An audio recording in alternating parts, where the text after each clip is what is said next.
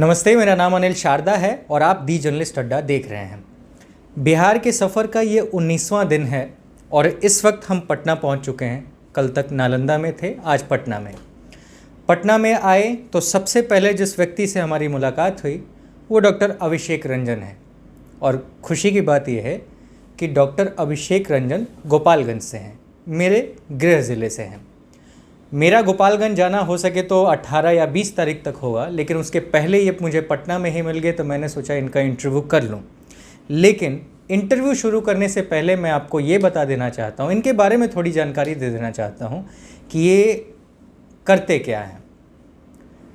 तो यहाँ से शुरुआत होती है कि डॉक्टर अभिषेक रंजन एम्स में डॉक्टर रह चुके हैं। इस वक्त ये पटना और गोपालगंज में अपना क्लिनिक चलाते हैं। आम जन के लिए जितना हो सके उतना कर रहे हैं, जो आप लोग इनके सोशल मीडिया प्लेटफॉर्म और इनके ग्रुप्स के द्वारा देख भी रहे हैं। उसके बारे में ज़्यादा बताने की आवश्यकता है नहीं। एक और बड़ी चीज़ ये कि ये 2018-19 के यूपीएससी को क्लियर कर चुके हैं, यानी कि डीएम बनने के सारे मापदंडों को इन्होंने पूरा कर लिया था। लेकिन वापस अपनी डॉक्टरी के पेशे में आ गए क्योंकि इनका मानना ये था कि मुझे जनता की सेवा करनी है और डॉक्टरी से बेहतर इन्हें डीएम की पोस्ट नहीं लगी।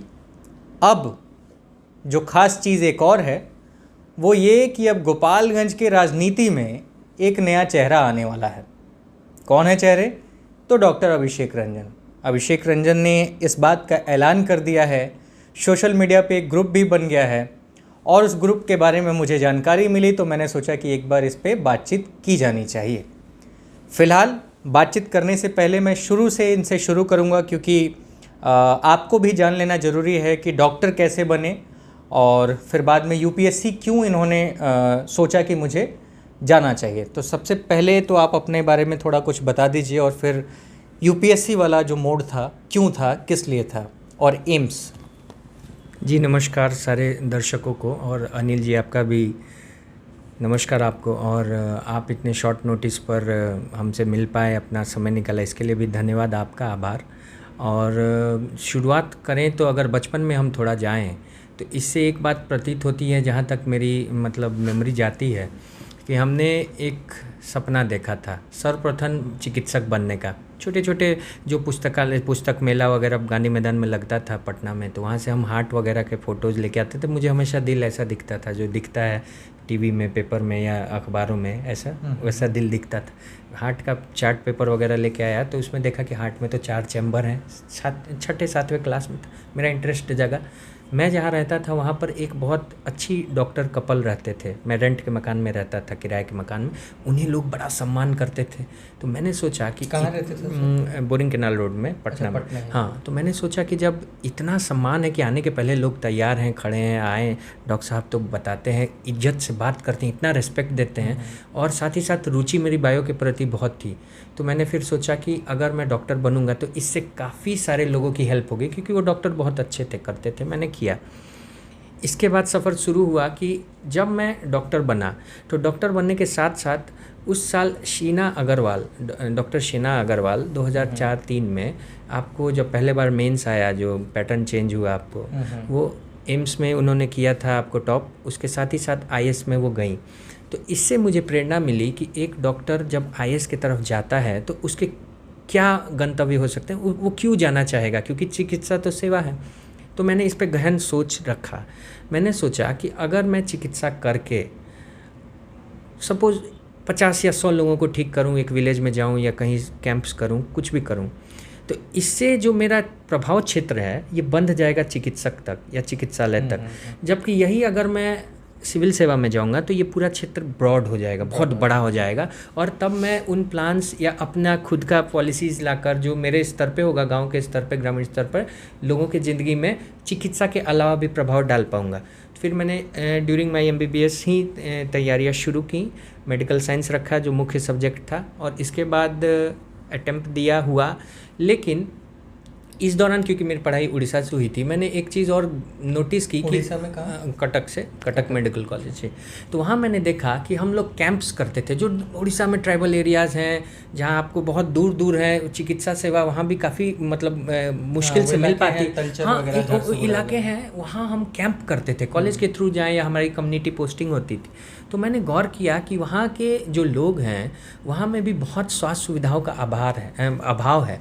और तब फिर मैंने एम्स मतलब ज्वाइन किया। एम्स ज्वाइन करने के बाद जब मैंने देखा कि जो पेशेंट्स आते हैं बिहार के, वो पेशेंट्स स्टेज 4-5 में आते हैं, और जब 4-5 स्टेज में पेशेंट आएंगे तो हमें या तो उन्हें बोलना पड़ता है कि सेवा कीजिए आप, नहीं तो आप घर ले जाइए, अब कुछ हो नहीं सकता है। तो मैंने सोचा क्यों ना अपने जिले से, ये वो पेशेंट होते हैं जो अपने मतलब मरने की कगार पे, हाँ बहुत बढ़ जाती है। मैंने सोचा अपने ज़िले में जाएं, ज़िले में जाएंगे तो कम से कम मेरे ज़िले से जो पेशेंट्स एम्स आते हैं जिनकी स्टेजेस बीमारी की लास्ट में आकर के मिलती हैं, मुझे हाथ जोड़ना पड़ता है कि अब कुछ हो नहीं सकता, उसे मैं स्टेज 1-2 पर ठीक करूं, प्राइमरी स्टेज पे। यहाँ शुरुआत हुई स्वास्थ्य क्रांति की। हम लोग अलग अलग परिवारों के साथ मिले, अलग अलग पूरे गोपालगंज ज़िले में गए और 55,000 परिवारों को। गोपालगंज में आपने कब शुरू किया? 2014 से। और एम्स में आप हाँ 14 में था उस टाइम, पटना? हाँ पटना एम्स में। इसलिए था क्योंकि देखिए एम्स में करते हुए सेवा आप निशुल्क सेवा भी करें तो एनओसी लेना होता है लगातार हर चीज़, क्योंकि वो सरकारी नौकरी है। मैंने संडे का एक समय लिया, दिन में सुबह 4 बजे हम निकलते थे, 4 बजे निकल करके 6-7-8 बजे तक 8 बजे तक पहुंचते थे, पूरा दिन कैंपिंग वगैरह करके फिर निकल जाते थे अपने वापस पटना।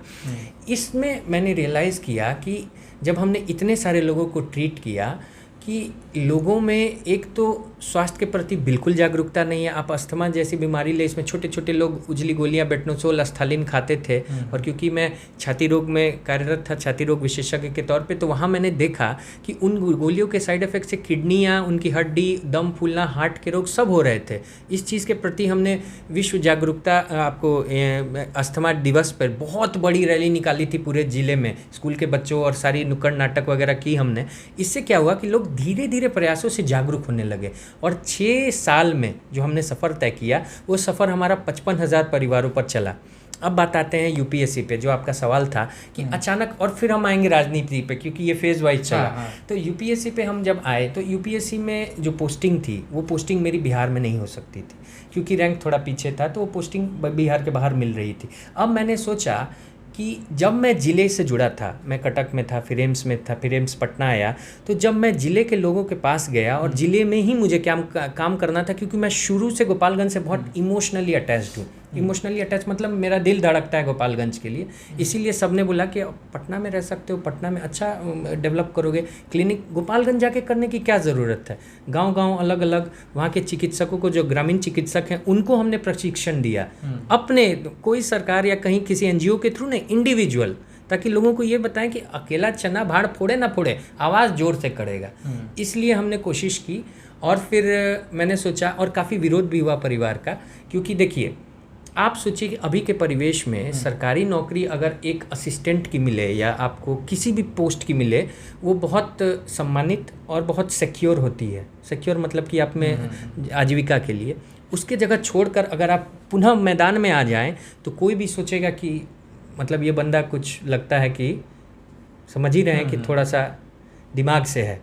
तो उसके लिए मैं उस संज्ञा को लेने को तैयार था, लेकिन परिवार के विरोध के बाद में वो लोग समझे, क्योंकि बिना परिवार के समझे ये चीज़ इतना बड़ा डिसीजन होता नहीं, वो समझे। और उसके बाद पुनः हमने आपको शुरुआत की अपने गोपालगंज स्वास्थ्य क्रांति की, और गोपालगंज के साथ साथ बेगूसराय, आरा, पटना के दियर क्षेत्र हो गए, इन सारे जगह धीरे धीरे करके कैंप्स करना शुरू किया और ये कारवा बढ़ते गया। लेकिन अब मैं राजनीति पे आऊँ कि राजनीति में क्यों आया।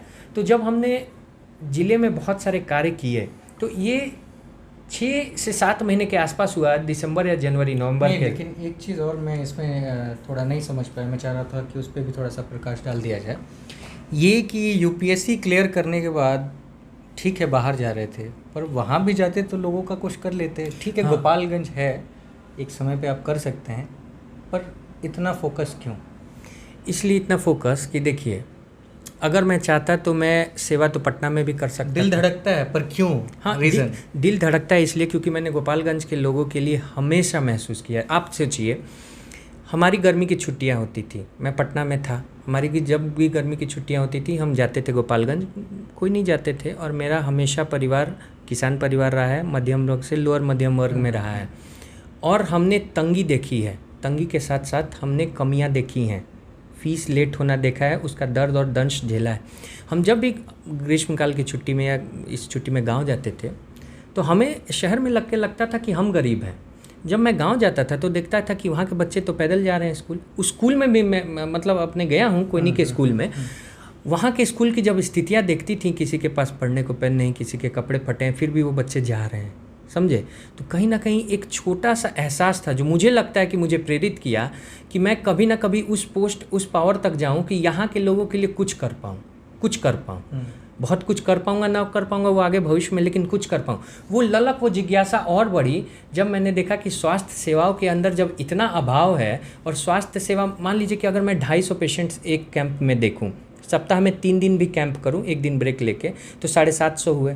मंथ में कितने हुए? 3000। साल में कितने हुए? 36,000। 10 साल में कितने हुए? 3.5 लाख। 10 साल में फिर आबादी गोपालगंज की 22-22.5 लाख है, तो वो फिर उतने पे रह जाएगी। 3.5 लाख में देखूंगा, 3.5 लाख में बैक टू बेस आ जाएगा।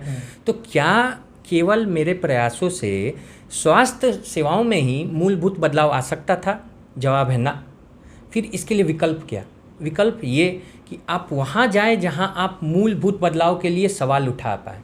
वो सदन में ताकत है, वो ताकत वहाँ है जहाँ जनता आपको भेज सकती है। और उस ताकत से भेजने के बावजूद आज का विडंबना है कि लोग सवाल तक नहीं पूछते। छोड़िए कार्य हो ना हो, किसी भी क्षेत्र में कार्य हो ना हो, प्रयास तो कीजिए, सवाल तो पूछिए। बिल्कुल नहीं। अब आते हैं अपने क्षेत्र पे, जैसे मैं बरौली की बात करूँ, मेरा गाँव कोयनी है बरौली में। वहाँ आप जब जाएंगे, आप तो गोपालगंज के ही, आप जब जाएंगे तो आप केवल जाकर वहाँ के अस्पताल का दौरा कीजिए, कहीं मत घूमिए, अस्पताल का दौरा कीजिए। अभी मैं गया था कुछ दिन पहले, फिर से अस्पताल का दौरा, चिकित्सक का नहीं, बरौली के अस्पताल का। सदर तो बड़ा है, उस पर तो बाद में आएंगे, बरौली में जाइए। आप देखेंगे कि एक खटारा एम्बुलेंस है जो लगेगा कि 1950-60 की होगी, कम से कम फोटो है मेरे पास मोबाइल में, उसके लिए मैंने पोस्ट भी किया। अब वहाँ के चिकित्सक बोलते हैं कि सर मैं एक चिकित्सक हूँ जो कोयनी हॉस्पिटल में भी मैं देखता हूँ, पीएचसी या माझा सीएचसी में भी देखता हूँ, सामुदायिक केंद्र में, 2 अल्टरनेट शिफ्ट में, एक दिन उधर एक दिन इधर। कितनी आबादी है बरौली की? 2.5 लाख। ठीक है, 2.5 लाख की आबादी में एक चिकित्सक कोयनी बरौली पीएचसी सीएचसी दोनों देख रहा है, समझ गए। मैंने बोला कि यहाँ की मूलभूत दिक्कत क्या है, तो सर आप एम्बुलेंस देखिए। उनसे बात हुई, एम्बुलेंस जब देखे तो उस एम्बुलेंस में बैठ करके जाने में चिकित्सक को डर लगता है कि कहीं गड्ढे में आई एम्बुलेंस टूट गई तो उनके जान का क्या होगा। पहली चीज़, जल जमाव की स्थिति कैंपस में इतनी भयावह है कि स्टाफ बोलते हैं कि सर मेरे घुटने के ऊपर पानी आता है। हम लोग जब बारिश होती इतना जल जमा। और आप देखिएगा, मैं गया अभी, आप तो जाएंगे गोपालगंज, वहाँ सीसीटीवी के तार बिछ रहे हैं, वो सीसीटीवी लग रहा है 2 दिन पहले। मैंने पूछा कि ये क्या कर रहे हो, तो सर सीसीटीवी लगा रहे हैं। तो आप अच्छा कार्य करो, चलो सिक्योरिटी के लिए लगाए। और इसका क्या, जब कमर के बराबर पानी होगा कैंपस में तो मरीज तैर के जाएंगे? नहीं जाएंगे। क्या चिकित्सक पहुंचेंगे? नहीं पहुंचेंगे। तो वो क्या होगा फिर वहाँ खोलकर? दवाइयाँ नहीं है। मैंने पूछा कि आपके स्नेक काटने का दवाई है, मतलब सांप काटने की दवाई? तो सर है। मैंने बोला तो सांप काटने हैं, दोनों टाइप का सांप काटने का दवाई मिल जाएगा, न्यूरोटॉक्सिक, हेमाटोटॉक्सिक? तो उनको तो पता नहीं था कि ये क्या पूछ रहे हैं सर। तो फिर मैंने बोला अच्छा कोई बात नहीं, सांप काटने की कोई दवाई है तो है। फिर मैं बोला कि कुत्ते काटने की दवाई है, मान लीजिए एंटी रेबीज वैक्सीन? तो सर वो नहीं है। मैंने बोला दवाई की लिस्ट है जो है, तो वो बहुत पुरानी लिस्ट थी, वो टांगा था, मैंने उसका फोटो लिया। वो इतनी पुरानी लिस्ट थी कि वो दवाइयाँ अब बैन हो गई, अब प्रैक्टिस में भी नहीं है। तो जब तो इसका मतलब अगर इनकेस किसी को काट ले या फिर कुछ हो जाए तो वो पुरानी वाली उठा के डाल दी जाएंगी सदर। हाँ, और देखिए काट ले तो वो तो दवाई है ही नहीं, पुरानी तो अन्य बीमारियों के लिए। सदर हॉस्पिटल में भी कुत्ते काटने की दवाई नहीं है। आप बात ये जानते हैं? नहीं जानते। सांप काटने की दवाई का अभाव में एक छात्र नेता थी, आपको हथुआ साइड की, कुछ 1-1.5 साल पहले की बात है, जो छात्र नेता होती है ना विद्यालय की, वो थी, मुझे नाम याद नहीं रहा किस विद्यालय यूनिवर्सिटी से, उधर की थी।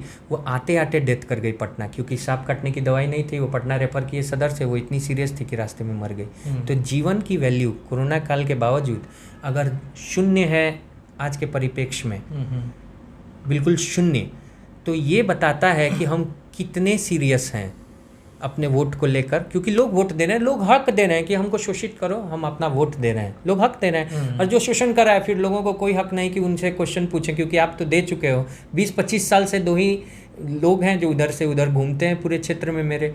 आपस की ट्यूनिंग है 49 और 51%, वैसे ही घूमते रहते हैं दो, कभी ये बने कभी वो बने, 49 51 वैसे ही चलता है। पता है कि इस बार मैं नहीं तो अगले बार वो नहीं तो इस बार मैं नहीं। लेकिन आपने सोचा कि चुनाव लड़ना है, वो भी गोपालगंज विधानसभा सीट से? बरौली मेरा गांव है ना, बरौली। अच्छा ठीक है, बरौली विधानसभा सीट से। वहाँ पे तो मंजीत सिंह भी हैं। मंजीत सिंह बरौली नहीं, बैकुंठपुर से लगता है, लेकिन हैं तो वहीं के। हाँ वहीं के हैं। और अभी विधायक नियामतुल्लाह खान है, मोहम्मद नियामतुल्लाह। गोपालगंज लिस्टेड है क्राइम को लेकर के, आपको मालूम है, और एक लॉबी है पूरी की पूरी। मैं ज़्यादा नहीं बोलूँगा लेकिन फिर भी एक लॉबी है। आपको लगता है कि आप आएंगे, और किस पार्टी से आएंगे ये भी अभी क्लियर नहीं है, लेकिन क्या होगा, किस तरीके से होगा, आपको मतलब सस्टेन करने दिया जाएगा वहाँ पे? देखिए, क्राइम है, लॉबी है, अपराध हैं, ये एक परिचय बन गए हैं गोपालगंज के, ठीक है, बन गए हैं, शुरू से हैं हम लोग। पिछले 10 साल में जितने लोग भी आए एज ए कैंडिडेट, नए युवा, गायब हो गए हैं। सुनिए, गायब हो सकते हैं, मैं भी कल गायब हो जाऊं, इसमें कोई दो मत नहीं है। गायब होने के डर से अगर आप आएंगे नहीं तो गायब होने वाले के लिए भी कोई नहीं उठेगा। बात समझ रहे हैं? देखिए, एक डर क्या करता है, जैसे कोई भी अभी के परिप्रेक्ष्य में लोकतंत्र, देखिए लोग बोलेंगे कि फलना नहीं किया, और फलना आ जाए तो फलना हो जाए, तो धमकाना हो जाए, बुझ जाइए, ठीक है। अभी के मॉडर्न टाइम में सबसे आधुनिक बात यह है कि लोग ज़िंदगी और जीवन बचाने को ही अपना डेवलपमेंट मान रहे हैं। ये सबसे हास्यास्पद बात है कि अगर आप जीवन और जीवन के रक्षा को अपना डेवलपमेंट मानेंगे, इसका मतलब कि आप चावल दाल खाएंगे और कुछ नहीं सोचेंगे, आंख बंद रहेंगे कि हम जिंदा बानी नु प्रभु के पास से आए हैं, वहीं चले जाएं, बस ये सोचेंगे। इस डर से मैं कभी नहीं डरता, पहली चीज़, ठीक। मैं किसी पार्टी विचारधारा, किसी एक नेता परिप्रेक्ष्य या किसी अपोजिट नेता या किसी में पढ़ता नहीं, किसी में मैं घुसता नहीं, ठीक। जो हमारी लड़ाई है, जो हमारा गंतव्य है, वो केवल सकारात्मक चीज़ों को लेकर है। मैं ना किसी का विरोध करता हूँ, ना किसी का नाम लेता हूँ। आपके इंटरव्यू में भी मैंने किसी का नाम नहीं लिया। कारण ये, अब तक जो हो गया, अगर केवल उसी को धुनेंगे तो आगे क्या करेंगे इसके बारे में कब सोचेंगे। दो तरह से राजनीति होती है, या तो आप डराएं या तो आप आगे की बात करें। तो मैं आगे का बात करता हूँ बिना डर और भय, क्योंकि एक साहसिक मध्यम वर्ग से युवा जो शिक्षित है, अगर आज हिम्मत करके उठ सकता है तो वो जीत भी सकता है। जनता है, बिल्कुल, अगर मेरी बात उन्हें लगी, मैं पहुँचा पाया उनके तक, तो उनके पास वोट है, उसे तो कोई डर, कोई चीज़ नहीं रोक सकती। पहले खानी नहीं खेल, कोई बूथ कैप्चर होता, जनता को सोचने दीजिए। मतलब बूथ कैप्चर नहीं हो तो मतलब ये भी तो है कि ईवीएम के साथ हैकिंग शुरू हो जाए। अब देखिए, अब उसमें डीप में जाएंगे तो हम लोग ऑफ ट्रैक हो जाएंगे। हैकिंग क्या है और क्यों हो रही और कैसे हो रही है, इसमें तो फिर अब गहन चर्चा होगी कि क्या हो सकती है क्या नहीं। आपका जब जैसे आप प्रयास करते हो तो उसके लिए आपको इच्छा शक्ति चाहिए, रोड मैप चाहिए, संकल्प चाहिए, और क्यों करते हो ये चाहिए। तो मेरे दिमाग में ये सारी चीज़ें क्लियर हैं। बरौली के और क्या क्या मुद्दे हैं जिस पे आपको ज़्यादा? देखिए, एक और चीज़ है कि जब मैंने जनसंपर्क शुरू किया, तो जैसे मझवलिया की सड़क आप ले लीजिए, जो गांव की सड़क है, अभी कुछ दिन पहले हमने फ़ोटो उसका शेयर किया था, इतनी ख़राब टूटी है। अगर आप बोले तो मैं आपको भेज दूंगा, मेरा फेसबुक प्रोफाइल। मैं ये सवाल इसलिए आपसे कर रहा हूँ, आप वहाँ के प्रतिनिधि नहीं हैं लेकिन चुनाव लड़ने की तैयारी कर रहे हैं। और सबसे अच्छी बात, गोपालगंज के लोग अगर देखें तो उन्हें ये मालूम हो कि जो नया प्रतिनिधि आने वाला है उसे वहाँ के बारे में नॉलेज है, और सबसे बहुत अच्छा लगा मुझे। और सबसे अच्छी बात मुझे ये लगती है कि जो नेता हैं उनसे सबसे कम लोग सवाल पूछते हैं, और जो लड़ने वाले हैं उनसे सबसे ज़्यादा पूछते हैं। ये मुझे मौका देता है कि मैं क्या सोचता हूँ ये मैं बता पाऊँ, तो ये सबसे अच्छी बात है। लोकतंत्र में सवाल ही ऐसा हथियार है जो आप दाग सकते हो, ठीक। अब आते हैं अन्य मुद्दों पे। तो देखिए, मुद्दा 3-4 हैं अगर हम कैटेगरी में बांटें। जैसे आप सड़क के मुद्दे को ले लो, तो देखो NH नेशनल हाईवे की बात करें तो नेशनल हाईवे ही हर सड़क नहीं होती, ठीक है। आप बहुत प्राचीन मंदिर है माझा का, आप चले जाओ माझा बाज़ार के पास, पुरानी बाज़ार से सीधे जाओ तो आप देखोगे कि मंदिर के ठीक पहले जैसे आप पहुंचते हो तो तकरीबन 1-1.5 किलोमीटर जो सड़क है उसमें ज़बरदस्त पानी है, बिना किसी बारिश के। वो जल जमाव, सड़क बन गई, उसके अंदर गड्ढे, फिर पानी से बढ़ गए, सड़क टूट गई, ठीक है। अब आओ मझवलिया गांव, जैसे मैंने बताया, वहाँ भी सड़क का ये हाल है। अब फोटो जो आप देखोगे तो आप देखोगे कि एक बार बारिश हुई है तो घुटना के बराबर मुख्य सड़क जो गांव की है उसमें अब कितने लोग गिरते होंगे, हड्डी टूटती होगी, ये बात, ठीक है। अब आते हैं हम किसानों के मुद्दे पे, ठीक। जब हम बात करते हैं हमेशा किसानों की, तो हम हमेशा केंद्रीय योजनाएं या राज्य सरकार की योजनाओं की बातें करते हैं, लेकिन क्या केवल केंद्र और राज्य सरकार की योजनाएं जो बनती हैं वो 100% इम्प्लीमेंट हो पाती हैं ज़मीनी स्तर पे? क्या उन योजनाओं के अलावा कोई जनप्रतिनिधि प्रयास करता है कि लोगों से जुड़कर क्या उनकी किसानों की समस्याएं, जैसे छोटा सा मेरा जो क्षेत्र है गन्ना प्रधान क्षेत्र है, गन्ना की आप जानते हैं कि खेती होती है, मैं खुद भी हम लोग किसान, गन्ने के बीच में इंटर क्रॉपिंग का कंसेप्ट बहुत अच्छा है। जैसे आप पोटैटोज या आलू लगाओ, आप प्याज लगाओ, तो ये बहुत अच्छा होता है सेम टाइम पे अगर आप लगाओ, क्योंकि गन्ने को समय लगता है बढ़ने में, तब तक आपका प्याज आलू का खेप निकलेगा, आप उसे एक्स्ट्रा इनकम में ले सकते हो। ये कंसेप्ट जब आप सोचोगे क्षेत्र के बारे में तब आप लोगों को दोगे। ऐसा कुछ नहीं है कि आउट ऑफ प्लैनेट या कहीं दूसरे ग्रह का मैं कुछ बोल रहा हूँ। दूसरी बात, 14 से ज़्यादा कोल्ड स्टोरेज पिछले 15 से 20 साल में बंद हुए हैं। अगर पैदावार हो भी जाए, कोल्ड स्टोरेज लगातार बंद होते रहे, मैं पूरे ज़िले की अगर हम बात करूँ तो क्या होगा, कहाँ जाएगा प्रोड्यूस। ठीक, अब हम बात करते हैं, ये दोनों चीज़ें हो गई, वुमेन एम्पावरमेंट और एजुकेशन की।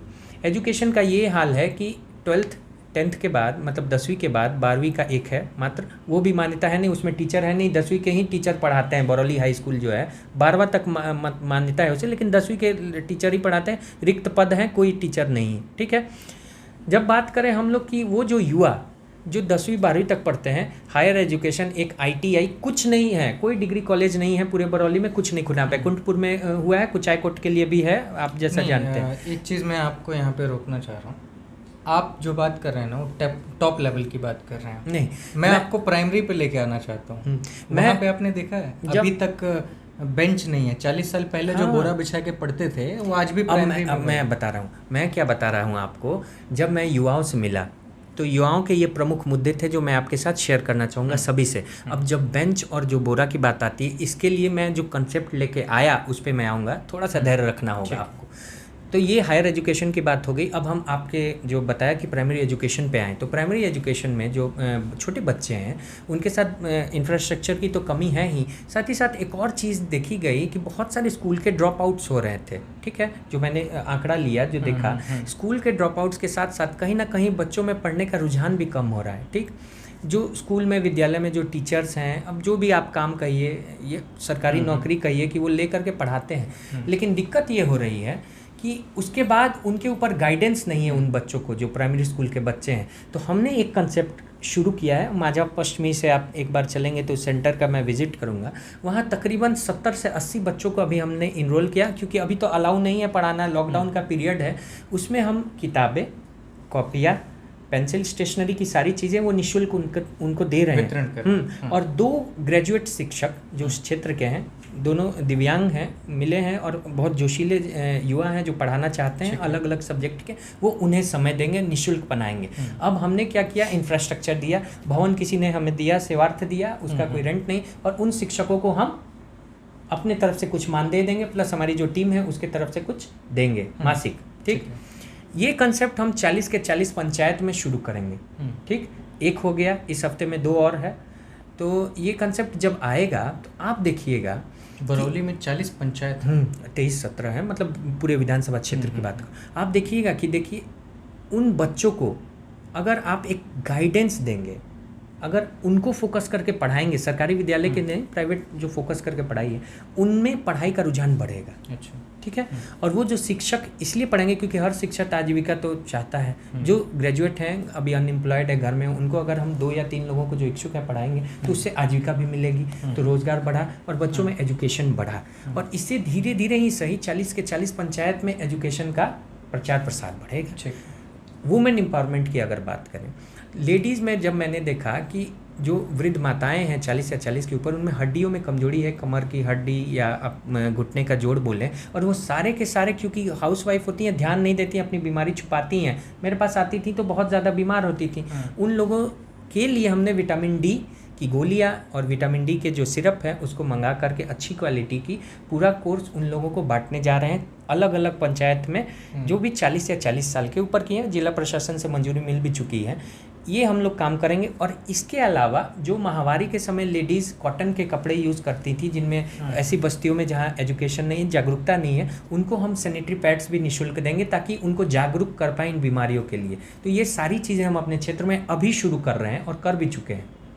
ठीक है, एक आखिरी सवाल रहेगा, ये बहुत इम्पोर्टेंट है क्योंकि आपके गोपालगंज के सांसद हैं उनके बारे में भी तमाम बड़ी बड़ी चीज़ें, कसीदे लोग कहते थे पहले कि जनता का बहुत ख्याल रखते हैं, निःशुल्क सेवाएं करते हैं। डॉक्टर आलोक कुमार सुमन की बात कर रहा हूँ मैं। लॉकडाउन में कहाँ थे पता नहीं, पोस्टर भी लगे थे गोपालगंज में। आपसे ये सवाल इसलिए कर रहा हूँ कि आप सिर्फ अब डॉक्टर ना हो के जनप्रतिनिधि भी बनने वाले हैं, तो आपका व्यू लेना बहुत ज़रूरी है। क्या आप सोचते हैं? सांसद बनने के बाद गायब हैं वो, ना जनता से मिलते हैं ना कुछ। गोपालगंज में मैंने अभी बिहार सफ़र के टूर में सबसे लास्ट में रखा है गोपालगंज को, फिर भी थोड़ा बहुत जितना घूमा है, लोगों की परेशानियां हैं, लोगों के अंदर आक्रोश है, गुस्सा है सांसद को लेकर के। क्या पता है कि कल जब आपके लोग आपको विधानसभा का चुनाव लड़ने के दौरान आपको जिता दें, विधायक बना दें, कहीं आप भी उनके जैसे हो गए तो? क्योंकि पहले क्या ही कहा जा सकता है, एक सांसद आके चले गए। बहुत अच्छा सवाल है और मैं चाह रहा था कि आप पूछें मुझसे, क्योंकि आप मतलब फेसबुक पर जब मैं कोई अच्छा कार्य करूं और जो मेरे दूसरे मित्र हैं डालें, तो लोग कहीं ना कहीं 1 या 2 कमेंट रहते हैं जिनका आपने नाम लिया, उनके संबंध। एक चीज़ और मैं बता दूं कि सांसद साहब बहुत ही ज़्यादा नाराज़ हैं मुझसे, क्योंकि लास्ट टाइम मैंने एक वीडियो कर दिया था। कोई बात नहीं, वो तो आपका उनका पर्सनल है, मैं उसमें नहीं जाऊँगा, मैं पॉलिसीज़ पे आऊँगा। तो जो मैंने बताया ना कि मैं चाहता था कि आप मुझसे सवाल पूछें। देखिए 2 चीज़ है। एक मैं जो मैंने डिक्लेयर भी किया अपने मसौदे में कि हम लोग 24/7 एक सेंट्रल हेल्पलाइन नंबर रिलीज़ करेंगे बरौली के लिए। एम्बुलेंस की व्यवस्था एक है जो जर्जर हालत में है, जिसका मैंने बखान किया था। हम कोशिश करेंगे कि कम से कम कुछ एम्बुलेंस एनी टाइम उपलब्ध रहें, जिनको ज़रूरत हो उसके लिए निःशुल्क जाएँ, रेफ़र करें सदर या सदर के बाहर। ये 2 चीज़ करेंगे।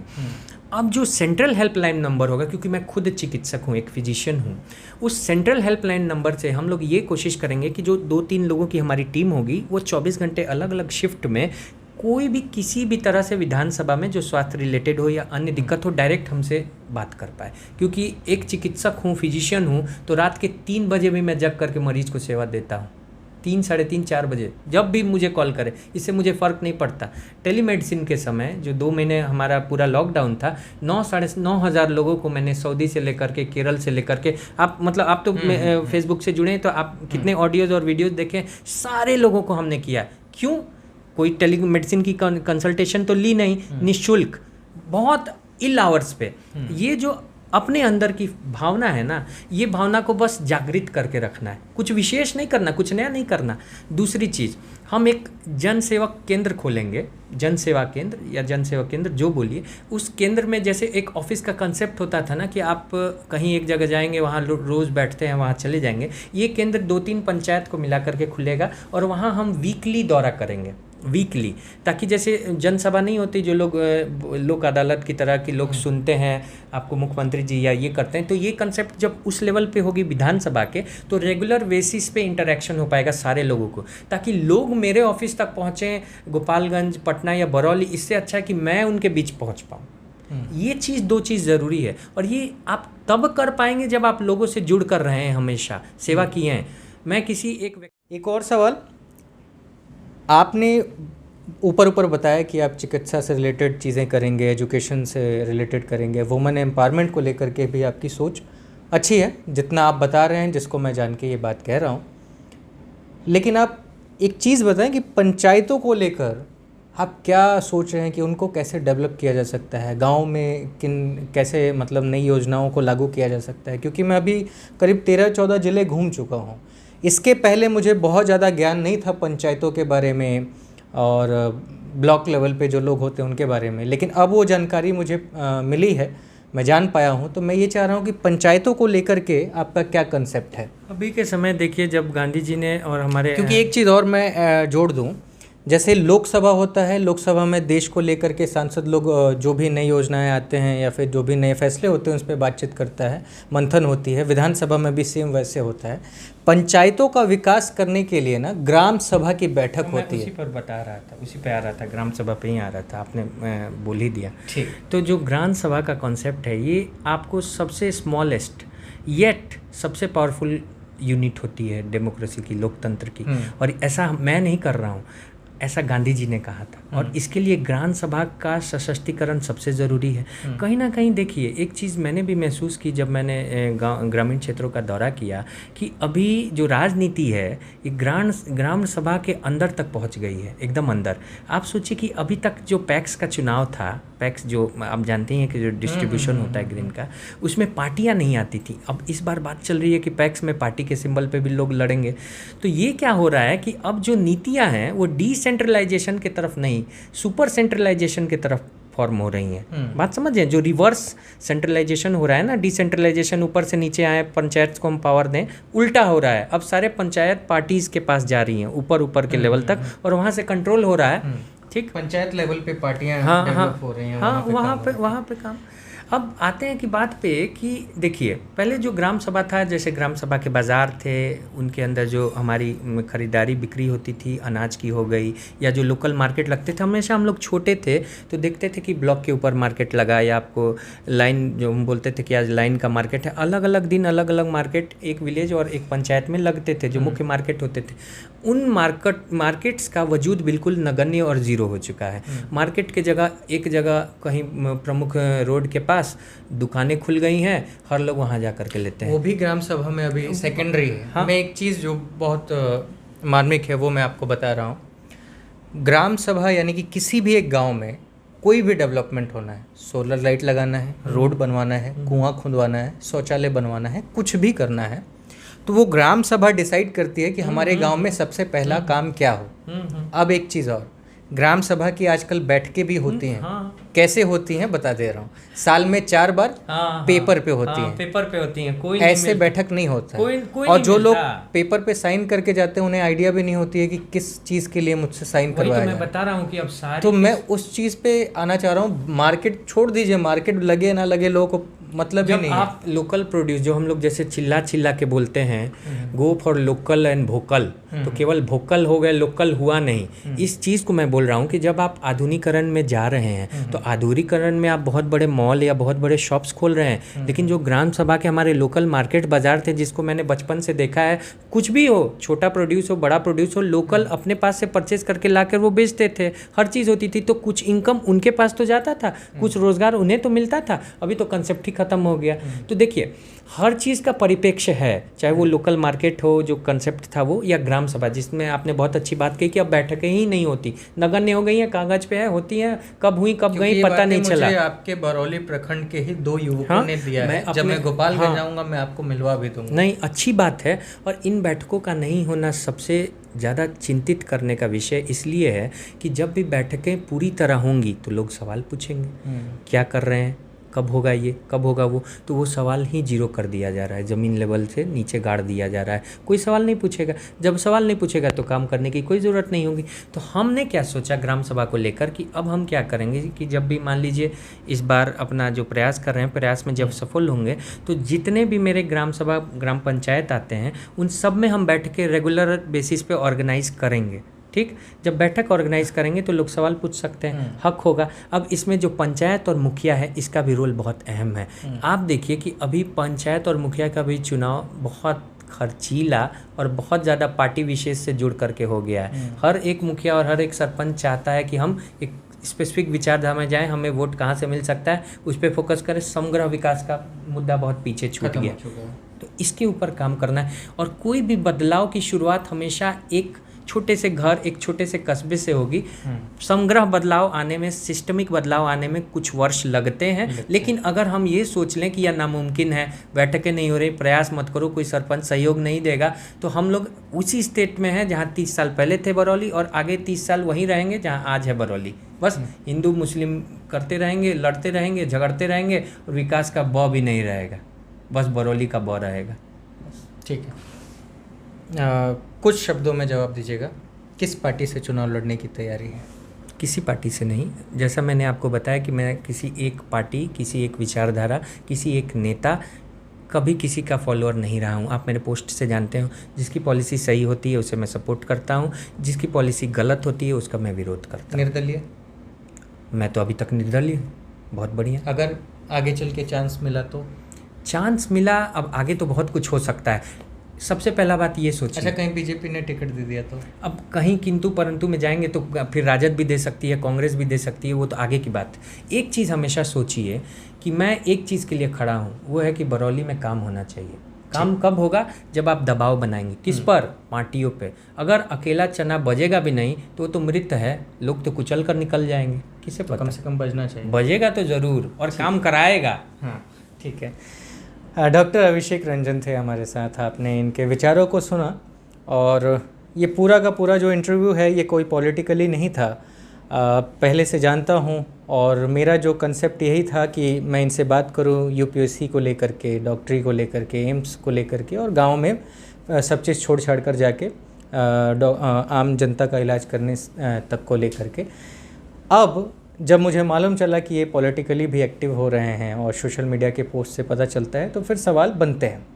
और सवाल बनते हैं तो इस तरीके से भी होते हैं। कई ऐसे भी सवाल थे जो एक नए कैंडिडेट से नहीं पूछना चाहिए, वो भी जो राजनीतिक घराने से ना हो, लेकिन फिर भी मैंने पूछे क्योंकि कोई ये ना कह दे कि कहीं इनका एजेंडा चलाया जा रहा है, सेटिंग हो रही है। तो ये मेरा बस इनको जानना था और जब पॉलिटिकली बात हुई तो फिर आपको भी जानना चाहिए, इसलिए वीडियो बनी है। फ़िलहाल इस वीडियो में सिर्फ इतना ही। मेरा नाम अनिल शारदा है। आप दी जर्नलिस्ट अड्डा देख रहे थे। धन्यवाद।